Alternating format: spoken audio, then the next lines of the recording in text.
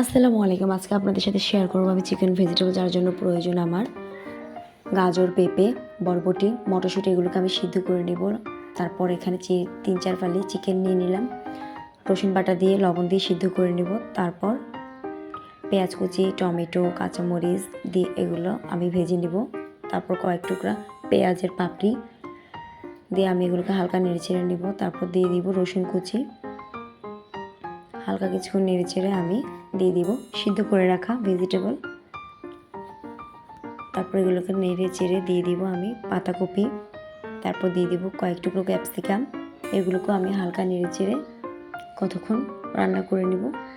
তারপর দিয়ে দিব চিকেন। তারপর দিয়ে দিব সামান্য পরিমাণ লবণ, যেহেতু আমি চিকেনে সবজিতে লবণ দিয়ে সিদ্ধ করে নিয়েছি। তারপর কতক্ষণ ঢেকে রাখবো। তারপর 3 চামচ কর্নফ্লাওয়ার পানিতে মিক্স করে নেব। তারপর আমি সবজিটাকে আবার একটু নেড়ে চেড়ে দিব।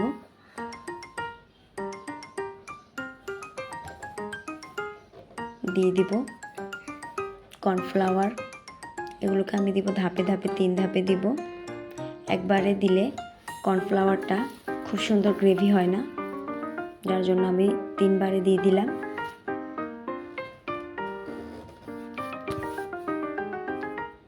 তারপর আবারও দিয়ে দিলাম।